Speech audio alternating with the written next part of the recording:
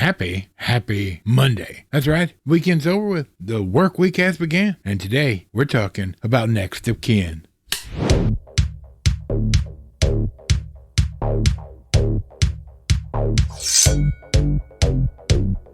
Happy Monday. I tell you what, it's been a weekend, right?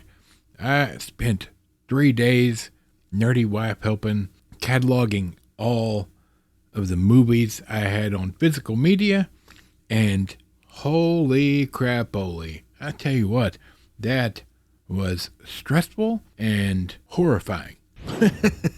But I'm glad it's done. And now we know I have 900 movies. With more on the way. So I don't know what to do. I've got very little shelf space left. So I think we're going to have to do some work in here. And just a quick note from our friends over at Blackout Coffee Company. Make sure you head over and give them a try. Links in the description. I got Nerdy Eric, my next door neighbor's VCR, playing Die Hard on VHS. I forgot how much fun it is to watch movies on VHS. He loaned me 9 movies, and I think I'm going to review them about how they look on VHS because it's pristine and perfect picture quality, don't you know? All right, let's get direct into this. We're talking Next of Kin with Patrick Swayze, among many others. Let's look at it. Next of Kin, 1989, rated R, 1 hour and 48 minutes. Boy, does this need a boutique Blu-ray or even a 4K. This is such a great movie. Truman, a Chicago cop, sets out to find the killer of his brother. Meanwhile, another of his brothers, Briar, a hillbilly, I don't know why they got to put that in parentheses, this is about a family of hillbillies, decides to find the killer himself.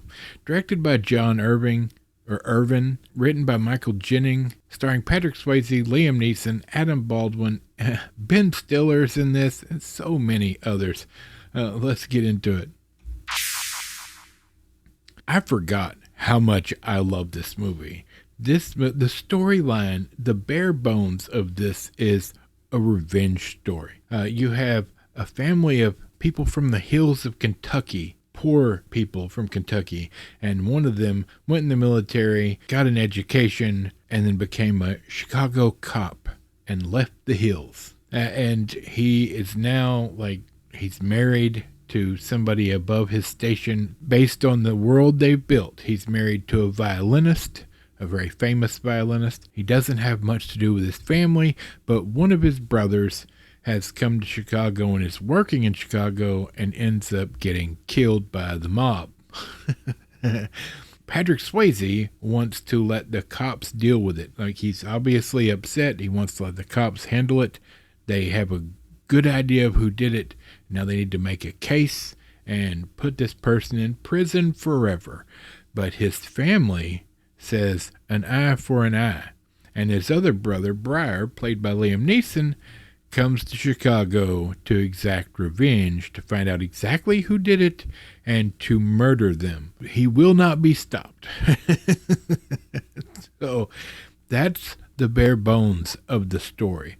Bill Paxton plays the brother that gets murdered, and he looks unrecognizable to the way he looks in later movies. Just there's a lot of great actors in this movie, and Patrick Swayze is completely believable as a hillbilly that has joined society in a city, city life, and is comfortable there. There's a lot of hillbillies that have moved to Chicago for work when the mines shut down.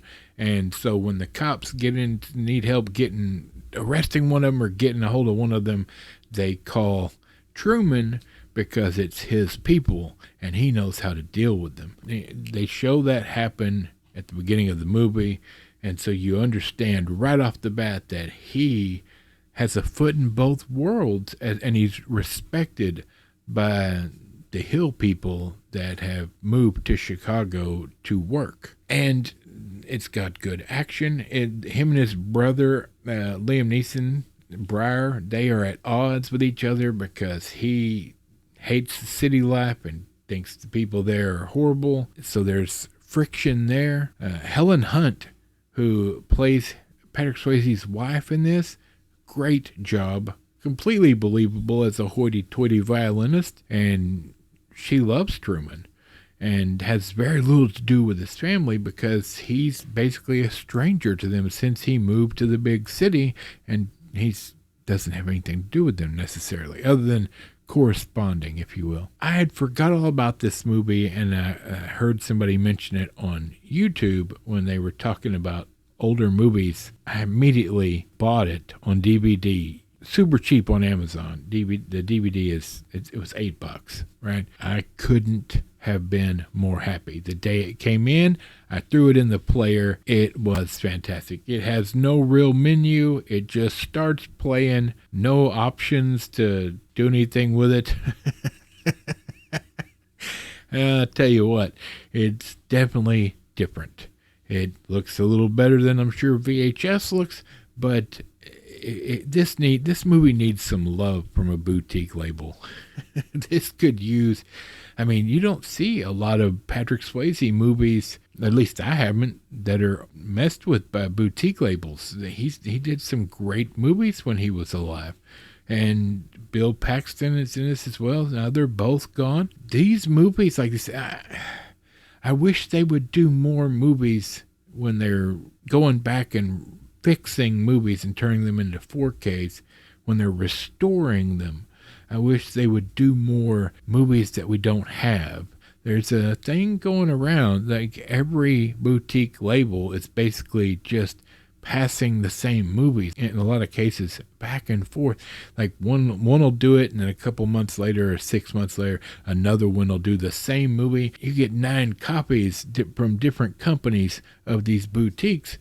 They need to remember there's a lot of older movies out there that could use some love. We don't need 19 copies of Friday the 13th. We don't need 19 copies of this, that, and the other. So, anyway, I'm going to start rambling. This is a great movie. There's no nudity. There is a decent amount of language. There's some blood and guts. I mean, it's not horrific, but it is a revenge story. And they don't shy away from the blood. There you have it. All right, we're going to get out of here. We'll be back on Hump Day. For Michael, the microphone, Bob, squeaky chair in the back, and this big fat nerd, we will see you then.